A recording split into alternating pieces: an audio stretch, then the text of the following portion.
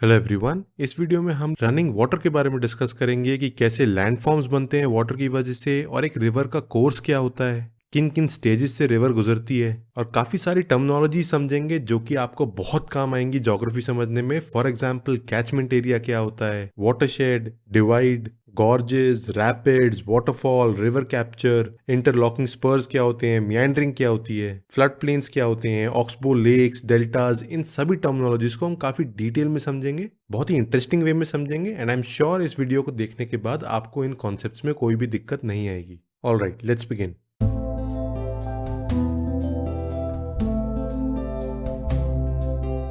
Right, तो सबसे पहले आपको पता होना चाहिए कि वाटर फ्लो करता है जनरली रिवर्स के फॉर्म में, उनके ट्रिब्यूटरीज के फॉर्म में, रिवलेट्स, ब्रूक्स, स्ट्रीम्स, इन तरीकों से वाटर एक डेनुडेशन का एजेंट बन के फ्लो करता है which generally causes lowering of land. और रनिंग वाटर का सबसे बड़ा रोल ये होता है कि डेनुडेशन की वजह से जो वेदरिंग प्रोसेस हुआ है, एरोजन प्रोसेस हुआ है, इससे जो सेडिमेंट्स तैयार हुए हैं इनको डाउनस्ट्रीम ट्रांसपोर्ट करना और फिर डिपॉजिट करना, ये रनिंग वाटर का काम होता है, ये वाटर की स्ट्रीम्स का काम होता है। Basically running water is the strongest global agent of denudation. अब जनरली रनिंग वाटर किस तरीके से सेडिमेंट्स डाउनस्ट्रीम लेके जाता है, इसको समझने के लिए आपको एक डायग्राम हेल्प करेगा। राइट, तो एक रिवर का जो सोर्स होता है, इनिशियल पॉइंट होता है, वो जनरली एक अपलैंड, एक हाईलैंड या एक माउंटेन होता है। वहां से रिवर बन के निकलती है, या तो किसी स्प्रिंग से निकली होगी या किसी लेक से निकल के आई होगी, और फिर वो डाउनस्ट्रीम ट्रैवल करती है। डाउनस्ट्रीम ट्रैवल करते वक्त it is generally joined by a lot of tributaries. ये इनिशियल स्टेज में हो जाता है। उसके बाद ये प्लेन्स में पहुंचती है और फाइनली सी में जाके मिल जाती है, और रिवर का जो कोर्स है ये खत्म हो जाता है। इसको हम और डिटेल में अभी समझेंगे, लेकिन कुछ पॉइंट्स हैं जो कि हमें पता होने चाहिए। फॉर एग्जांपल, जो इनिशियल पॉइंट है इसको अपर कोर्स बोलते हैं। जो बीच वाला पोर्शन है जहां पर ये मोमेंटम गेन कर रही है और धीरे धीरे प्लेन्स की तरफ मूव कर रही है, इसको मिडिल कोर्स बोलते हैं। और जो फाइनल एक्शन है जहां पर प्लेन्स आ जाते हैं, इसको लोअर कोर्स बोलते हैं। इस तरीके से रिवर की कोर्स के 3 स्टेजेस होते हैं। अब कई बार आप पढ़ते होंगे कि रिवर अपने यूथ स्टेज में है। वो सिचुएशन है जब रिवर अभी बन के निकली है और माउंटेन्स में वो ट्रैवल कर रही है और अपने फाइनल डेस्टिनेशन की तरफ बढ़ना शुरू कर चुकी है। ओल्ड स्टेज जनरली प्लेन्स के पास होते हैं जब मैच्योर हो जाती है रिवर और बहुत स्लो हो जाती है और धीरे धीरे सी में जाने की तैयारी करने लग जाती है। राइट, सो यहाँ पर आपको पता होना चाहिए कि जो माउंटेन्स हैं, यहाँ पर रिवर के एक्शन की वजह से 2 टर्मिनोलॉजीज बनती हैं। वो हैं कैचमेंट एरिया और वाटरशेड। अब कैचमेंट एरिया जनरली उन एरियाज को बोलते हैं, उन अपलैंड्स को, उन माउंटेन्स को बोलते हैं जहां पर रिवर का सोर्स बनता है, जहां से रिवर स्टार्ट होती है, जहां से रिवर इनिशियली कैच होती है। सिमिलरली वाटरशेड को समझने के लिए आप इस डायग्राम को देखो। यहाँ पर 2 माउंटेन्स हैं और इनके बीच से एक रिवर पास हो रही है। ऐसा भी हो सकता है कि इस माउंटेन की ऑपोजिट साइड में एक और स्ट्रीम हो। अब इन स्ट्रीम्स को डिवाइड करने के लिए माउंटेन अवेलेबल है और ये एक वाटरशेड की तरह काम करता है, एक डिवाइड की तरह काम करता है, जो कि अलग अलग वाटर स्ट्रीम्स को मिलने से रोकता है, इनको डिवाइड करता है। सो ये जो स्लोप है, ये जो रिज है, इसको हम वाटरशेड बोलेंगे फॉर दी स्ट्रीम्स। राइट, सो अभी थोड़ी देर पहले मैंने आपको बोला था कि जो ट्रिब्यूटरीज होती हैं वो कुछ इस रीजन में मिलती हैं जहां पर इनिशियल यूथ स्टेज से रिवर जस्ट एग्जिट कर रही है और मिडिल कोर्स में आने की तैयारी कर रही है। ट्रिब्यूटरीज वो छोटी छोटी स्ट्रीम्स हैं जो कि एक मेन रिवर में आके मिलती जाती हैं, और एक किस एंगल पे मिलती है इसके बेसिस पे इसको 2 पार्ट्स में डिवाइड किया जाता है। पहला वाला है ऑब्लिक और दूसरा है right angled.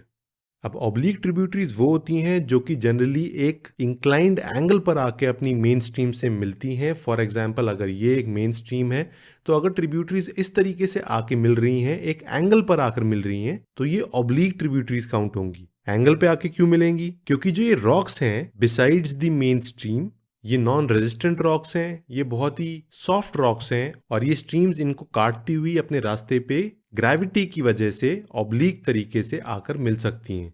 On the other hand right angle streams वो होंगी जो कि एक राइट एंगल पर आकर मेन स्ट्रीम से मिलेंगी। अब ये राइट एंगल पर इसलिए आ रही हैं क्योंकि यहाँ पे सॉफ्ट और हार्ड रॉक्स के पैटर्न्स बने हुए हैं, और ये जो हार्ड रॉक्स हैं ये फोर्स करते हैं इन स्ट्रीम्स को कि ये सॉफ्ट रॉक्स को ही काट के जाएं, और हार्ड रॉक्स को क्योंकि ये स्ट्रीम्स नहीं काट पाएंगे इसलिए राइट एंगल पर आगे मिलती हैं। ऑब्लिक ट्रिब्यूटरीज के पैटर्न को हम डेंड्राइटिक पैटर्न बोलते हैं। On the other hand the streams that come at a right angle are known as trellis pattern. Right, so अब आपको ये तो पता लग गया है कि रिवर जनरली कैसे फ्लो करती है। अब हमें 4 इंपॉर्टेंट प्रोसेस देखने हैं जिससे कि आपको सारे कॉन्सेप्ट्स अच्छे समझ में आएंगे। ये जनरली एरोजन और ट्रांसपोर्टेशन के टाइम पे देखे जाते हैं जब रिवर सेडिमेंट्स को कैरी करती हैं। सबसे पहला है कोरेजन और एब्रेशन। ये सबसे पहला प्रोसेस भी है, सबसे सिंपल प्रोसेस भी है और सबसे इम्पॉर्टेंट प्रोसेस भी है, क्योंकि इस प्रोसेस के बेसिस पे आपको बहुत सारे कॉन्सेप्ट्स आगे चल के समझ में आएंगे। इसको समझने के लिए आप एक क्रॉस सेक्शन देखो। फॉर एग्जाम्पल, अगर ये एक रिवर का फ्रंट व्यू है, रिवर फ्लो आपकी स्क्रीन की तरफ कर रही है, और आप जानते हैं कि रिवर जनरली स्ट्रेट तो फ्लो करती नहीं है, ये काफी स्नेक लाइक पैटर्न में, जिगजैग पैटर्न में फ्लो करती है। और इस वाटर की मूवमेंट की वजह से, ये एक मोमेंटम क्रिएट होने की वजह से काफी एरोजन होती है। जो रॉक्स हैं इनकी काफी मैकेनिकल ग्राइंडिंग होती है। रॉक्स साइड में भी हैं, रॉक्स इस बेस के नीचे भी हैं जिस पे पानी फ्लो कर रहा है। इन सब की ग्राइंडिंग की वजह से सेडिमेंट्स क्रिएट होते हैं, एरोजन होती है, और वो वाटर के साथ फ्लो करते जाते हैं, ट्रांसपोर्ट होने लग जाते हैं। अब इन तीन जगहों पे जो ग्राइंडिंग हो रही है, जो इरोजन हो रही है, उनको हम दो कैटेगरीज में रख सकते हैं। जो रॉक साइड में है उनको इरोजन करने के लिए लैटरल मूवमेंट चाहिए वाटर की। जब ये टकराएगा अपने बैंक से, इसको हम बोलेंगे लैटरल कोरेजन। और जो वर्टिकली नीचे की तरफ वाटर मूव करेगा और अपने बॉटम पे टकराएगा, उसकी वजह से जो कोरेजन होगी, जो एरोजन होगी, उसको हम बोलते हैं vertical कोरेजन। So basically, corrosion is the mechanical grinding of rock fragments against banks, which is the lateral movement, and riverbeds for vertical movement. Right. So इसके बाद second process आता है जिसका नाम है corrosion और solution. अब सोल्यूशन से आप समझ ही गए होंगे, हमने पिछली वीडियोस में भी इस तरीके के एग्जांपल्स को देखा है। जब भी सोल्यूशन वर्ड आता है तो कुछ केमिकल रिएक्शन की बात होती है। और केमिकल रिएक्शन किसके बीच में होगा? यहाँ पर दो ही एलिमेंट्स हैं हमारे पास, एक तो वाटर है, दूसरा रॉक्स हैं। तो ये जो केमिकल रिएक्शंस हो रहे हैं इनके बीच में, इनको हम कोरोजन या सोल्यूशन बोलते हैं। इसका आप चाहो तो एग्जाम्पल भी एक कोट कर सकते हो कि कैल्शियम कार्बोनेट जो है in limestones, it is easily dissolved and removed. अब इसके बाद तीसरा प्रोसेस आता है जो कि है hydraulic action. Hydraulic action is the mechanical loosening and sweeping away of rocks from riverbeds. चौथा प्रोसेस है एट्रीशन। अब एट्रीशन भी इंपॉर्टेंट है, ये आपको पता होना चाहिए। ये जनरली कोलिजन से रिलेटेड है। अब कोलिजन किसकी होगी? हमारे पास रॉक फ्रेगमेंट्स हैं तो उन्हीं में कोलिजन होगी। और ये कब होगी? जब ये ट्रांसपोर्ट हो रहे हैं वाटर स्ट्रीम के अंदर, तभी एक दूसरे से टकराएंगे। इस प्रोसेस को हम एट्रीशन बोलते हैं। टकराने की वजह से ये रॉक्स टूटेंगे और ये छोटे होते जाएंगे। जैसे कि आप जानते होंगे, जो बड़े बड़े रॉक्स हैं उनको बोल्डर्स बोलते हैं, और ये बोल्डर्स टूटते टूटते फाइनली कॉबल्स, फिर पेबल्स बन जाते हैं। राइट। सो अब बारी आती है रिवर का कोर्स देखने के लिए। This is very simple and very interesting. इसको हम 3 फेज में डिवाइड कर लेते हैं जिससे कि समझने में बहुत आसानी होगी। राइट। सो ये 3 फेज होंगे, अपर कोर्स, मिडिल कोर्स और लोअर कोर्स। सबसे पहले हम अपर कोर्स को देखते हैं। अपर कोर्स में जनरली वेदरिंग और एरोजन का प्रोसेस होगा। अगर आपको वेदरिंग, इरोजन, ट्रांसपोर्टेशन और डिपोजिशन के बारे में ज़्यादा नहीं पता है तो एक वीडियो हमने ऑलरेडी इसके बारे में बना रखी है जिसका नाम है डेनुडेशन। राइट। सो वेदरिंग, इरोजन होगा अपर कोर्स में, जब रिवर अपने यूथ स्टेज में होगी, इनिशियल स्टेज में होगी, और यहाँ पर जो सेडिमेंट्स बने हैं ये आगे फ्लो करेंगे। उसके बाद मिडिल कोर्स में हम देखेंगे तो जनरली ट्रांसपोर्टेशन का प्रोसेस चल रहा है, तो ट्रांसपोर्टेशन यहाँ प्रिडोमिनेंट है। और फाइनली लोअर कोर्स में डिपोजिशन का प्रोसेस प्रिडोमिनेंट है। अभी इन फेज में ये वाले प्रोसेस इंपॉर्टेंट क्यों हैं और यही प्रिडोमिनेंट क्यों है, ये आपको धीरे धीरे अभी समझ में आने लग जाएगा। लेकिन इसका मतलब ये भी नहीं है कि सिर्फ अपर कोर्स में वेदरिंग और एरोजन ही होगा, थोड़ा बहुत ट्रांसपोर्टेशन भी होगा।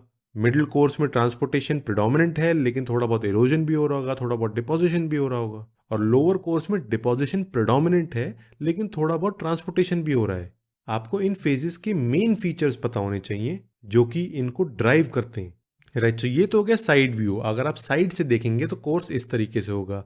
अगर आप इसी फेज में, अपर कोर्स वाले फेज को फ्रंट व्यू में देखोगे तो आपको वर्टिकल कोरेजन देखने को मिल रही होगी, क्योंकि आपको पता है कि यहाँ पर रिवर के पास बहुत मोमेंटम है, बहुत तेजी से नीचे गिरती हुई आ रही है और बहुत ही टाइट स्पेस में स्ट्रीम्स फ्लो हो रही हैं, इनके पास ज्यादा स्पेस नहीं है। इसीलिए ग्रेविटी के इम्पैक्ट में ये वर्टिकल कोरेजन ज्यादा करती हैं और लैटरल कोरेजन बिल्कुल ना बराबर होती है। और क्योंकि वर्टिकल कोरेजन ज्यादा है तो ये डीप गॉर्जेस बनने शुरू हो जाते हैं। ये जो बहुत ही ज्यादा स्टीप वैलीज बन रही हैं, इधर भी माउंटेन्स हैं, दूसरी तरफ भी माउंटेन्स हैं, लेकिन जो रिवर यहाँ से फ्लो कर रही है ये इतना काटते हुए इसको इतना स्टीप वैली बना चुकी है कि इसको हम गॉर्ज बोलते हैं। यहाँ पर वर्टिकल कोरेजन बहुत ज्यादा है और लैटरल कोरेजन बहुत ही कम है। राइट। तो फ्रंट व्यू में जब हम मिडिल कोर्स की बात करेंगे तो यहाँ पे ट्रांसपोर्टेशन हो रहा है। ट्रांसपोर्टेशन के टाइम में ये थोड़ी वाइडेंड वैली में घुसने शुरू हो गया पानी, इसको थोड़ा बहुत लैटरली मूव करने का स्पेस मिल रहा है, स्लोप थोड़ी कम हो गई है। तो ऐसी सिचुएशन में वर्टिकल कोरेजन तो अभी भी है लेकिन लैटरल कोरेजन भी धीरे धीरे होना स्टार्ट हो गया है। तो ये जो वैली है, ये जो बहुत ही स्टीप वैली थी, ये अब धीरे धीरे वाइडन होने लग गई है। यहाँ पर वर्टिकल कोरेजन भी है, साथ में लैटरल कोरेजन भी है। यहाँ पर थोड़ा बहुत डिपोजिशन भी होने लग गया है और ट्रांसपोर्टेशन तो प्रेडोमिनेंट है ही। उसके बाद जो थर्ड फेज है, जो लोअर फेज है, यहाँ पर लैटरल कोरेजन बहुत ही बड़े लेवल पे हो रहा होगा। ये जो वैलीज हैं अब ये बिल्कुल प्लेन्स बन चुकी हैं और ये बहुत ही वाइडेंड वॉइड्स बन गए हैं जिनको सेडिमेंट्स फिलअप कर लेंगे और ये बहुत ही अच्छे प्लेन्स बन चुके हैं जो कि एग्रीकल्चर के लिए बहुत अच्छे हैं। यहाँ पे मोस्टली डिपोजिशन हो रही है, यहाँ पे लैटरल कोरेजन बहुत ही ज्यादा है और वर्टिकल कोरेजन बिल्कुल ना बराबर है और ये बेसिकली एलुवियम डिपॉजिट्स हैं। राइट, जो अपर कोर्स की अगर हम बात करें तो यहाँ पर स्टीप माउंटेन स्लोप्स होने की वजह से, बहुत ही हाई मोमेंटम होने की वजह से कुछ और फिनोमिनन भी देखे जाते हैं जिसके बारे में हमें पता होना चाहिए। सबसे पहले है रैपिड्स। अब ये रैपिड्स क्या होते हैं? जब रिवर एक स्लोप में फ्लो करती है तो कुछ बम्प्स बन जाते हैं और ये बम्प्स क्यों बनते हैं? क्योंकि ये जो एरियाज हैं ये बहुत ही हार्ड रॉक से बने हुए हैं और एक माउंटेन में जब सॉफ्ट और हार्ड रॉक्स के कॉम्बिनेशन बन जाते हैं तो इन कॉम्बिनेशंस की वजह से जो सॉफ्ट रॉक्स हैं वो तो वेदर अवे हो रहे हैं, धीरे धीरे ये नीचे आते जा रहे हैं, they are getting lowered down and the hard rocks remain at the position. ये बहुत ही हार्ड होने की वजह से वेदर अवे नहीं हो पाते हैं, एरोड नहीं हो पाते हैं, अपनी जगह पे मेंटेन्ड रहते हैं। इसलिए जो पानी फ्लो होता है ये यहाँ बम्प्स पे उछलता हुआ जाता है और इस उछाल की वजह से आपने नोटिस किया होगा कि अगर आप राफ्टिंग के लिए कभी गए हो तो वहाँ पे कुछ रैपिड्स होते हैं। उन रैपिड्स में पानी उछलता है। ये इसलिए उछलता है क्योंकि उनके जस्ट नीचे हार्ड रॉक्स की एक लेयर है जिसकी वजह से वो वेदर अवे नहीं हो पाया है एरिया और पानी को उछल के जाना पड़ रहा है। राइट, सो उसके बाद आते हैं वाटरफॉल्स। अब वाटरफॉल जनरली वहाँ देखे जाते हैं जहाँ पे रॉक की लेयर्स हैं और इन रॉक बेड्स के बाद से एक स्टीप फॉल आती है और इस स्टीप फॉल की वजह से जो वाटर फ्लो कर रहा है ये सडनली नीचे गिरेगा। अब नीचे गिरेगा तो ग्रेविटी अपना रोल प्ले करेगी। इसकी वजह से जो ये सरफेस है ये फ्लैट तो नहीं हो पाएगा, ये राउंडेड शेप में होगा और फाइनली ये फ्लैट होगा क्योंकि जो पानी यहाँ पर गिर रहा है ये यहाँ पे इकट्ठा होगा और इकट्ठा होने के बाद फाइनली ये स्ट्रीम कंटिन्यू होगी। इस सिचुएशन को वाटरफॉल बोलते हैं, ये आप सब जानते ही होंगे। लेकिन वाटरफॉल में आपको एक टर्म पता होनी चाहिए कि जनरली जब पानी गिरता है तो यहाँ पे कुछ स्वर्ल्स बनते हैं, ये पानी घूमता है और इस घूमने वाले सिचुएशन को हम प्लंज पूल बोलते हैं। इसीलिए जहां पर पानी गिर रहा है उसके जस्ट नीचे आपको डाइव नहीं करना चाहिए क्योंकि इस प्लंज पूल में आप फंस सकते हो और यहाँ पे डूबने का खतरा रहता है। इस वाटरफॉल के बॉटम में काफी सारे डेब्रीज भी मिलती है। जो ये सेडिमेंट्स हैं ये यहीं पे रह जाते हैं काफी केस में क्योंकि पानी जो गिरा है सेडिमेंट सेटल डाउन हो गए हैं और फिर ऊपर की लेयर से पानी बहना शुरू हो गया है तो यहाँ पे सेडिमेंट्स काफी देखने को मिलते हैं। अब इसके बाद हमें पता होना चाहिए कि रिवर कैप्चर क्या होता है in the upper course of a river. River capture को समझने के लिए हम फिर से एक डायग्राम ड्रॉ करेंगे। मान लो कि ये दो स्ट्रीम्स हैं और ये एक वाटरशेड से डिवाइड हुई हैं। ये स्ट्रीम ए है और ये स्ट्रीम बी है। अब अगर बी की साइड में बहुत ज़्यादा ग्रेडियंट है, बहुत ज़्यादा ग्रेविटी का इफेक्ट है स्लोप होने की वजह से और यहाँ पर मान लो इस रीजन में प्रेसिपिटेशन भी बहुत ज़्यादा है, कोरेजन भी इस एरिया में बहुत ज़्यादा है, तो ये जो स्ट्रीम है ए वाली ये धीरे धीरे बी की तरफ फ्लो करना शुरू हो जाएगी क्योंकि हो सकता है कि इस वाटर डिवाइड को ये काट के इसके पार चली जाए या बारिश बहुत ज़्यादा होने की वजह से इसका फ्लो बी की तरफ बन जाए। ऐसी सिचुएशन में ये कुछ इस तरीके से दिखाई देगी। जो ए है वो स्ट्रीम छोटी हो गई है और जो बी है ये फाइनली इस तरीके से फ्लो करनी स्टार्ट हो गई है। तो इस स्ट्रीम को जो कि ए का पार्ट थी उसको बी ने कैप्चर कर लिया है तो इसको हम रिवर कैप्चर बोलते हैं। एक स्ट्रीम को किसी एक रिवर से चुरा के कोई दूसरी रिवर ले जाए तो इसको रिवर कैप्चर बोला जाता है। राइट, तो जब मिडिल कोर्स की बारी आती है तो हमने देखा है कि जो वैली है थोड़ी वाइड होनी शुरू हो गई है, स्ट्रीम्स थोड़ी स्लो डाउन होने लग जाती हैं। अभी ऐसा क्यों होता है इसको हम समझते हैं। सबसे पहला फिनोमिनन हमें समझना पड़ेगा इंटरलॉकिंग स्पर्स। अब इंटरलॉकिंग स्पर्स को समझने के लिए हमें ये पता होना चाहिए कि जनरली वैलीज किस तरीके की होती हैं। जो माउंटेन्स हैं वो एक दूसरे से अटैच होते हुए चले जाते हैं और इस तरीके की वैली को हम स्पर बोलते हैं। अब क्योंकि ये एक दूसरे में लॉक हो गई हैं, ये वैलीज वाइडन अप तो हुई हैं लेकिन ये एक दूसरे के साथ फ्लो में बनी हुई हैं, इसलिए पानी जो है, जो वाटर की स्ट्रीम है, वो कुछ इस तरीके से फ्लो करेगी और ये जिगजैग मूवमेंट में जो फ्लो हो रहा है पानी, इसकी वजह से वाटर का जो कोर्स है, वाटर का जो फ्लो है वो स्लो हो गया है, वो वाइडन अप हो गया है। यहाँ पर आपको एक स्नेक लाइक स्ट्रक्चर देखने को मिल रहा है। इसको क्या बोलते हैं ये भी हम देखेंगे, लेकिन अभी आप ये समझ सकते हो कि इसको हम स्पर बोलते हैं। इस इंटरलॉकिंग को, इस फिनोमिनन को जहाँ पे माउंटेन की स्लोप्स जो रिज है ये एक दूसरे में लॉक होती जा रही हैं, एक दूसरे को एक पैटर्न में फॉलो कर रही हैं, इसको हम स्पर बोलते हैं। अब क्योंकि ये जिगजैग मूवमेंट बन रही है, ये स्नेक लाइक स्ट्रक्चर बन रहा है, तो आप समझ ही सकते होंगे कि यहाँ पर लैटरल मूवमेंट ज़्यादा होगी, यहाँ पे लैटरल कोरेजन ज़्यादा होगी। एज कंपेयर टू वर्टिकल कोरेजन, इसीलिए वैलीज वाइडन अप हो रही हैं। उसके बाद आपको पता होना चाहिए मियांडरिंग क्या होता है। अभी मैंने आपको स्नेक लाइक स्ट्रक्चर दिखाया था, इस स्नेक लाइक स्ट्रक्चर को मियांडरिंग बोलते हैं। जब वाटर कुछ इस तरीके से फ्लो करे कि वो थोड़ा जिगजैग मूवमेंट दिखाई दे, और इस जिगजैग मूवमेंट को, इस स्नेक लाइक स्ट्रक्चर को हम मियांडरिंग बोलते हैं। ये मियांडरिंग वैली के बीच में भी दिखाई दे सकती है, जैसा कि हमने देखा था कि इंटरलॉकिंग स्पर्स बन रहे थे, स्नेक लाइक स्ट्रक्चर था, ये मियांडरिंग थी। But generally meandering middle course से ज्यादा लोअर कोर्स में भी देखने को मिलती है। क्यों देखने को मिलती है ये अभी हम समझेंगे। सबसे पहले तो आपको ये पता होना चाहिए कि मियांडरिंग आखिर होती क्यों है। सिंपल सा आंसर है कि जो ग्राउंड लेवल पे रॉक्स की इररेगुलरिटी है, कोई सॉफ्ट है कोई हार्ड है, उसकी वजह से क्लियर पैटर्न में एक स्ट्रेट लाइन में रिवर कभी भी फ्लो नहीं कर पाती है। वो सॉफ्टर रॉक्स को एरोड करती हुई जाएगी, ग्रेविटी के इम्पैक्ट में रास्ता ढूंढेगी, और उस हिसाब से आपको एक डिस्टॉर्टेड पैटर्न मिलेगा, एक स्नेक लाइक स्ट्रक्चर मिल सकता है, जिसे हम मियांडरिंग बोलते हैं। अब मियांडरिंग वाली सिचुएशन में आप देखो कि अगर एक रिवर इस मूवमेंट में आ रही है जहां पर इसका क्लियर पैटर्न इस तरफ जाने का है, दूसरी सिचुएशन में ऐसे आने का है, फिर ये जिगजैग मूवमेंट में जो इम्पैक्ट आ रहा है रिवर का, इसकी वजह से जब ये रिवर स्ट्राइक करेगी एक कर्व पर, तो यहाँ पे एरोजन होगी, क्योंकि जब स्ट्राइक होगी तो यहाँ पे सेडिमेंट्स ढीले हो जाएंगे और वो आगे फ्लो करने लग जाएंगे। जो इनवर्ड रीजन है, ये वाला रीजन डिपोजिशन रीजन होता है, क्योंकि जो इनवर्ड रीजन होता है यहाँ पानी बहुत ही शांत होता है, यहाँ पे एरोजन के चांसेस नहीं है, क्योंकि जो मोमेंटम है वो इस आउटवर्ड कर्व की तरफ है जहां पे एरोजन हो रही है। तो इनवर्ड कर्व में हमेशा डिपोजिशन होती है। इसी तरीके से यहाँ पर एरोजन होगी और इनवर्ड कर्व में डिपोजिशन होगी, फिर से आउटवर्ड कर्व में एरोजन होगी और इनवर्ड कर्व में डिपोजिशन होगी, और फाइनली मियांडरिंग का प्रोसेस बनता चला जाएगा। इस मियांडरिंग की वजह से कुछ ऑक्सबो लेक्स भी बनती हैं, जिसको अभी हम लोअर कोर्स में देखेंगे। अब इस मियांडरिंग को आप ध्यान से देखो। मियांडरिंग के केस में जब एरोजन होती जा रही है तो ऐसी सिचुएशन भी आएगी कि एरोजन होते होते बहुत ज्यादा बड़ा कर्व बन जाएगा, रिवर का पाथ कुछ ऐसा हो जाएगा जहां पर हमें कुछ इस तरीके से पैटर्न भी देखने को मिलेंगे। अब यहाँ पर आप नोटिस करो कि एरोजन के एरियाज कौन से हैं। बड़ा कर्व जो आउटवर्ड कर्व है वो ये है, तो इधर एरोजन होगी, इनवर्ड एरिया में डिपोजिशन होगी।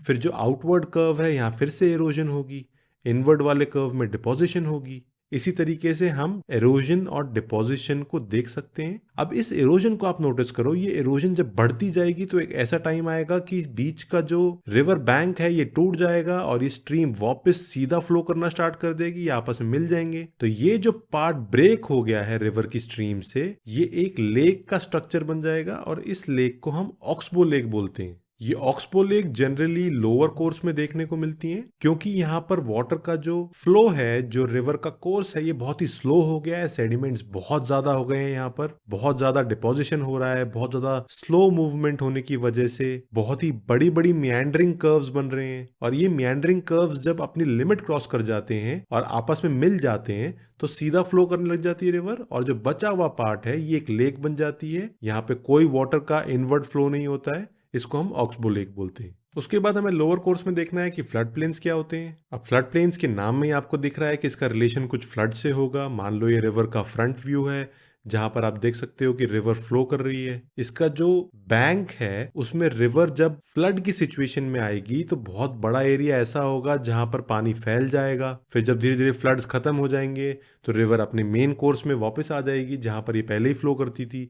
लेकिन जहां जहां पे बाढ़ आई थी वहां पर सेडिमेंट्स इकट्ठे हो जाएंगे, और इन प्लेन्स को हम फ्लड प्लेन्स बोलते हैं, जहां पे फ्लड की वजह से सेडिमेंट्स डिपॉजिट किए गए थे। अब क्योंकि डिपोजिशन सारा टाइम तो फ्लड प्लेन्स में हो नहीं सकती है, फ्लड प्लेन्स में तभी होगी जब फ्लड्स आएंगे। जब नॉर्मल सिचुएशन होती है, जब बाढ़ आने की स्थिति नहीं होती है, उस सिचुएशन में रिवर के बैंक्स पे ही एक एम्बैंकमेंट बन जाती है, एक उठा हुआ एरिया बन जाता है, जिसको हम लेवी बोलते हैं। This is a natural embankment. अब आर्टिफिशियल एम्बैंकमेंट्स भी बनाई जाती हैं, जो कि रिवर को फ्लड लाने से जितना हो सके उतना रोकने के लिए इस्तेमाल किया जाता है, लेकिन ये जनरली फ्लड की सिचुएशन में टूट जाते हैं और फिर बहुत ही ज्यादा बड़े एरिया में बाढ़ आती है। उसके बाद लास्ट स्टेज में आप जानते ही होंगे कि जब रिवर बिल्कुल सी के पास पहुंचने के लिए होती है, यहाँ पर डेल्टा बनते हैं। डेल्टा जनरली इसलिए बनते हैं क्योंकि यहाँ पर सेडिमेंट्स बहुत ज्यादा इकट्ठे हो चुके हैं, और ये सेडिमेंट्स इकट्ठे होने की वजह से रिवर को एक स्ट्रेट डायरेक्शन में फ्लो करने का रास्ता नहीं मिलता, इसलिए ये एक पैटर्न बना लेती है और यहाँ पर बहुत सारी डिस्ट्रीब्यूटरीज बन जाती हैं।